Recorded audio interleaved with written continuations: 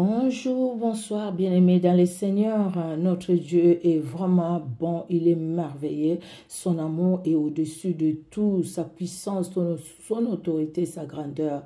Jésus-Christ, nous te sommes reconnaissants éternel de ce que c'est toi qui veilles sur nous, de ce que c'est toi qui combats pour nous, de ce que c'est toi qui déjoue, Seigneur, le plan de l'ennemi contre nos vies, de ce que c'est toi qui nous relève tous les matins, c'est toi, Seigneur Dieu de gloire, qui nous donne ta vie. Gloire et louange à toi pour l'œuvre de Golgotha, à la croix où tu as vaincu l'ennemi de notre âme, à la croix où tu as vaincu la mort, tu as vaincu la maladie et tu nous as donné ta vie à toi, Jésus-Christ.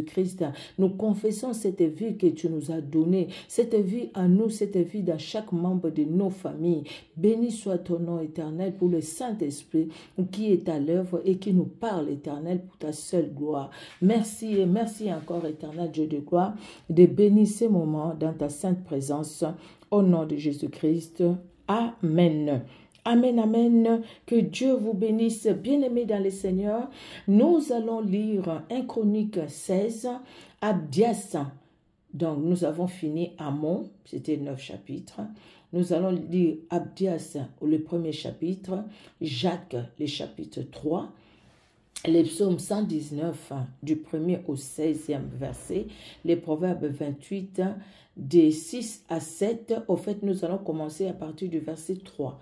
De 3 jusqu'à 7. Voilà, bien-aimés dans le Seigneur, que Dieu bénisse tout un chacun. Amen, amen. Nous commençons par 1 Chronique, le chapitre 16. Le premier livre des Chroniques, chapitre 16. Après qu'on eut amené l'arche de Dieu, on la plaça au milieu de la tente que David avait dressée pour elle, et l'on offrit devant Dieu des holocaustes et des sacrifices d'action de grâce. Quand David eut achevé d'offrir les holocaustes et les sacrifices d'action de grâce, il bénit le peuple au nom de l'Éternel. Puis il distribua à tous ceux d'Israël, hommes et femmes, à chacun un pain, une portion de viande et un gâteau de raisin. Il remit à des Lévites la charge de faire le service devant l'arche de l'Éternel, d'invoquer, de louer et de célébrer l'Éternel, le Dieu d'Israël.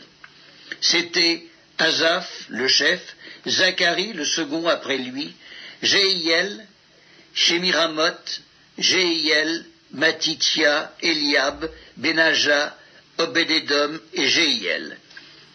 Ils avaient des instruments de musique, des luttes et des harpes. Et Asaph faisait retentir les cymbales. Les sacrificateurs Benaja et Jacaziel sonnaient continuellement des trompettes devant l'arche de l'alliance de Dieu.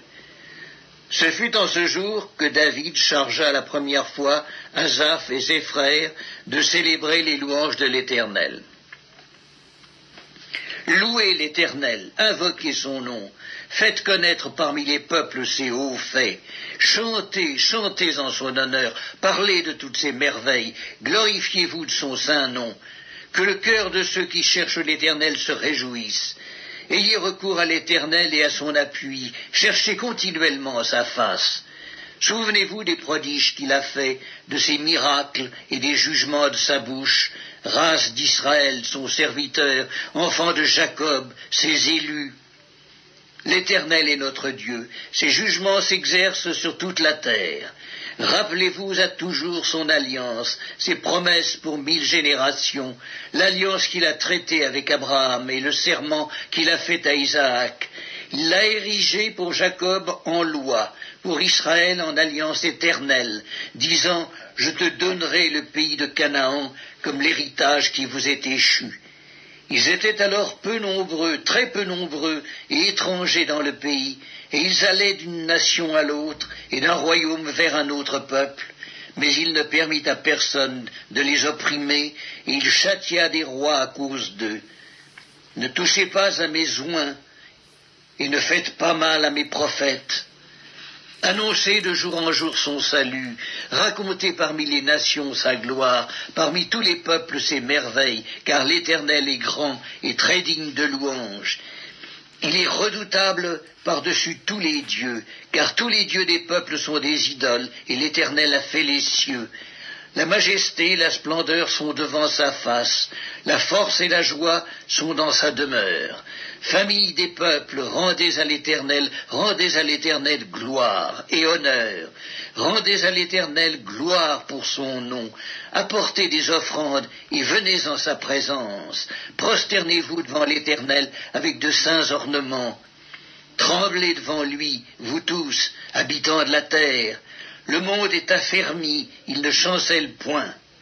Que les cieux se réjouissent et que la terre soit dans l'allégresse.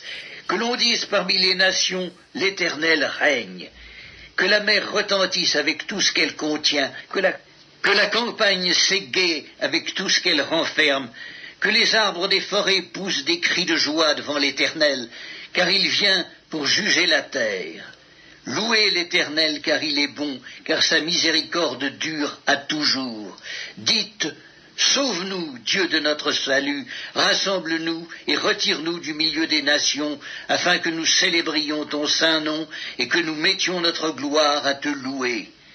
Béni soit l'Éternel, le Dieu d'Israël, d'éternité en éternité, et que tout le peuple dise Amen. Louez l'Éternel. David laissa là, devant l'arche de l'alliance de l'Éternel, Asaph et ses frères, afin qu'ils fussent continuellement de service devant l'arche, remplissant leurs tâches jour par jour. Il laissa Obed-Édom et Osa avec leurs frères, au nombre de 68, Obed-Édom, fils de Jéduthun, et Osa comme portier. Il établit le sacrificateur Tsadok et les sacrificateurs ses frères devant le tabernacle de l'Éternel, sur le haut lieu qui est à Gabaon, pour qu'ils offrissent continuellement à l'Éternel des holocaustes, matin et soir, sur l'autel des holocaustes, et qu'ils accomplissent tout ce qui est écrit dans la loi de l'Éternel, imposée par l'Éternel à Israël. Auprès d'eux étaient Héman et Jéduthun, et les autres qui avaient été choisis et désignés par leur nom pour louer l'Éternel, car sa miséricorde dure à toujours. Auprès d'eux étaient Héman et Jéduthun avec des trompettes et des cymbales pour ceux qui les faisaient retentir, et avec des instruments pour les cantiques en l'honneur de Dieu. Les fils de Jéduthun étaient portiers. Tout le peuple s'en alla chacun dans sa maison, et David s'en retourna pour bénir sa maison. Alléluia, notre Dieu est merveilleux, il est bon. Amen, amen, amen. Il ne permet à personne de les opprimer et il châtia des rois à cause d'eux. Alléluia, à cause de son peuple, à cause de ses enfants. Ne touchez pas à mes oins et ne faites pas de mal à mes prophètes. Chantez à l'Éternel, vous tous habitants de la terre, annoncez de jour en jour son salut. Notre Dieu est redoutable. Alléluia, alléluia.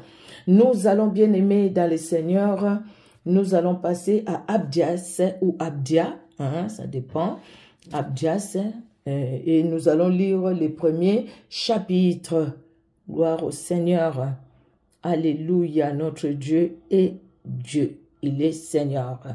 Il n'y a qu'un seul chapitre, Abdias, un seul chapitre, voilà. Abdia 1, Abdia. prophétie d'Abdia. Ainsi parle le Seigneur, l'Éternel, sur Édom, nous avons appris une nouvelle de la part de l'Éternel, et un messager a été envoyé parmi les nations, levez-vous, marchons contre Édom pour lui faire la guerre. Voici, je te rendrai petit parmi les nations, tu seras l'objet du plus grand mépris. L'orgueil de ton cœur t'a égaré, toi qui habites le creux des rochers, qui t'assieds sur les hauteurs, et qui dis en toi-même, qui me précipitera jusqu'à terre, quand tu placerais ton nid aussi haut que celui de l'aigle, quand tu le placerais parmi les étoiles, je t'en précipiterai, dit l'Éternel. Si des voleurs, des pillards, viennent de nuit chez toi, comme te voilà dévasté, mais enlèvent-ils plus qu'ils ne peuvent? Si des vendangeurs viennent chez toi, ne laissent-ils rien à grappiller? À comme Ésaü est fouillé,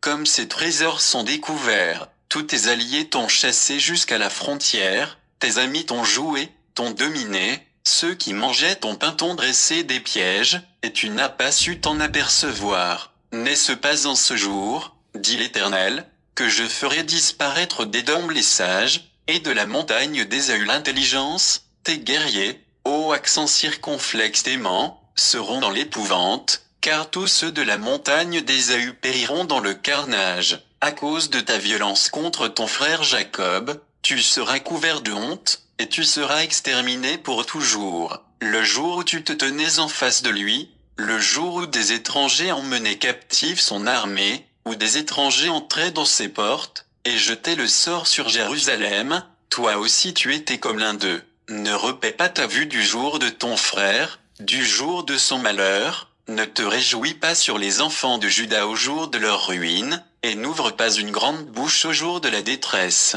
N'entre pas dans les portes de mon peuple au jour de sa ruine, ne repaie pas ta vue de son malheur au jour de sa ruine, et ne porte pas la main sur ses richesses au jour de sa ruine. Ne te tiens pas au carrefour pour exterminer ses fuyards, et ne livre pas ses réchappés au jour de la détresse, car le jour de l'Éternel est proche, pour toutes les nations, il te sera fait comme tu as fait, tes œuvres retomberont sur ta tête, car, comme vous avez bu sur ma montagne sainte, ainsi toutes les nations boiront sans cesse, elles boiront, elles avaleront, et elles seront comme si elles n'avaient jamais été. Mais le salut sera sur la montagne de Sion, elle sera sainte, et la maison de Jacob reprendra ses possessions. La maison de Jacob sera un feu, et la maison de Joseph une flamme, mais la maison d'Ésaü sera du chaume, qu'elles allumeront et consumeront, et il ne restera rien de la maison d'Ésaü, car l'Éternel a parlé. Ceux du Midi posséderont la montagne d'Ésaü, et ceux de la plaine le pays des Philistins,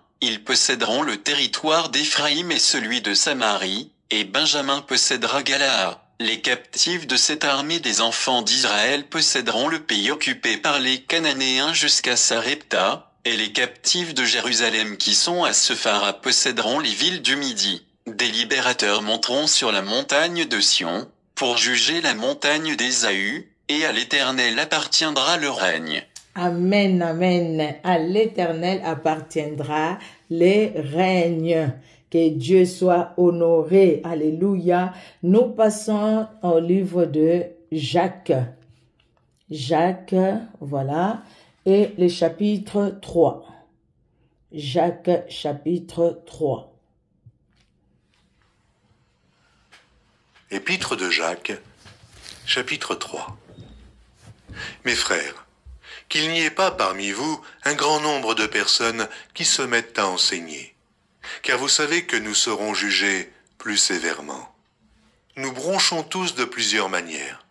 Si quelqu'un ne bronche point en parole, c'est un homme parfait, capable de tenir tout son corps en bride.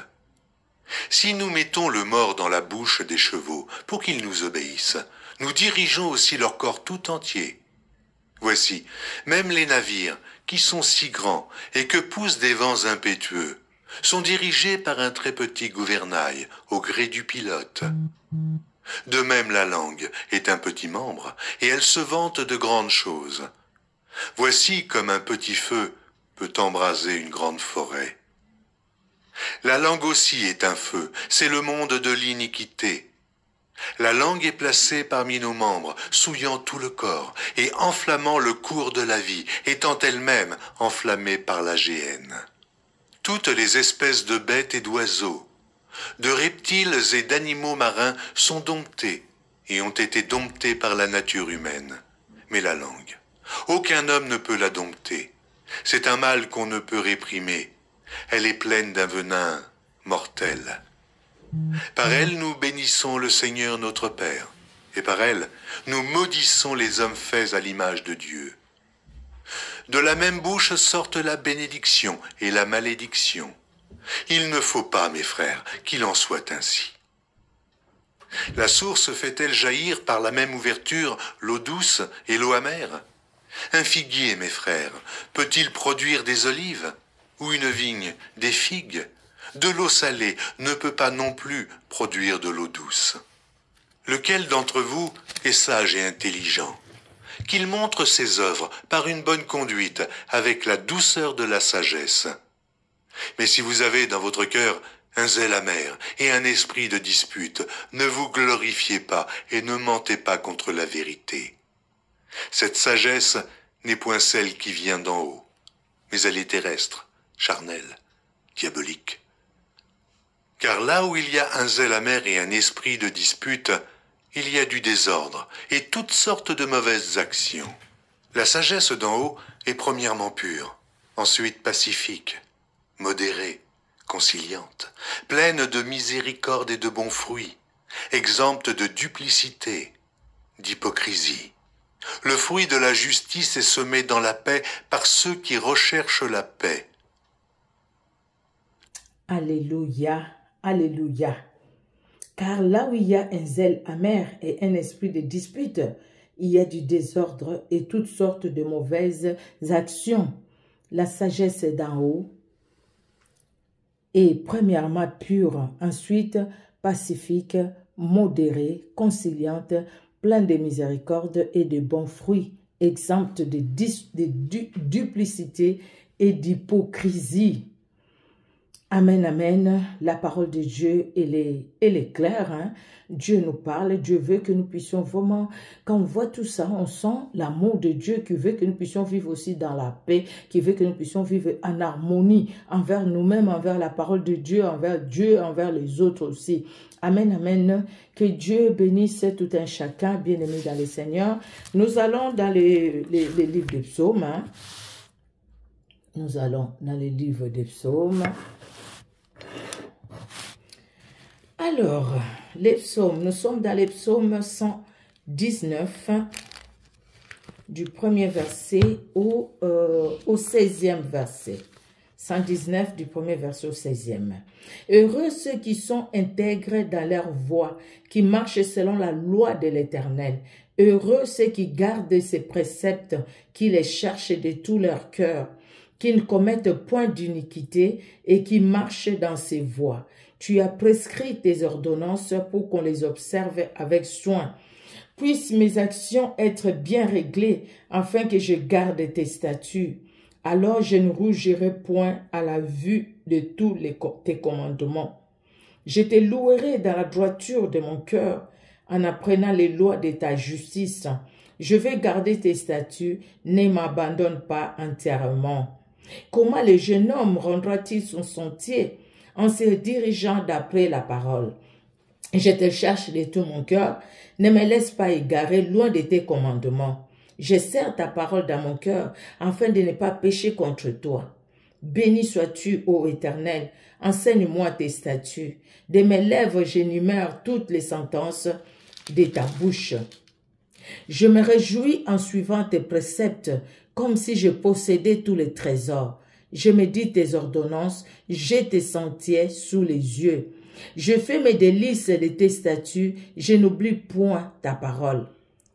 Je fais mes délices de tes statuts, je n'oublie point ta parole. Je serre ta parole dans mon cœur, afin de ne pas pécher contre toi. Conduis-moi, Seigneur Jésus-Christ, sur tes sentiers, dans la vérité, dans l'amour, dans la paix, dans la crainte de ton Saint-Nom. Merci, Seigneur Dieu de gloire. Alléluia, alléluia. Nous allons finir, bien-aimés, par les livres de Proverbes 28. Hein. Nous allons commencer à partir du 3e verset jusqu'au 7e verset. 28, voilà, de 3 à 7. Un homme pauvre qui opprime les misérables est une pluie violente qui fait manquer les pains. Ceux qui abandonnent la loi louent les méchants, mais ceux qui observent la loi s'irritent contre lui. Les hommes livrés au mal ne comprennent pas ce qui est juste, mais ceux qui cherchent l'Éternel comprennent tout. Alléluia. Mieux vaut le pauvre qui marche dans son intégrité que celui qui a des voies tortueuses et qui est riche. Celui qui observe la loi est un fils intelligent, mais celui qui fréquente les débauchés fait honte à son père. Que Dieu bénisse sa parole dans nos cœurs. Merci Éternel pour ta parole. Comme les psalmistes, nous le disons encore, Seigneur, je serre ta parole dans mon cœur, afin de ne pas pécher contre toi, afin que je puisse obéir à cette parole et marcher, Seigneur, dans ta parole, qui est la vérité, qui est la vie. Merci Seigneur Dieu souverain pour ta bonté, pour ta fidélité. Merci de bénir mon frère, ma soeur, qui suit, Seigneur Dieu de gloire, ces vidéos sur Facebook, sur YouTube.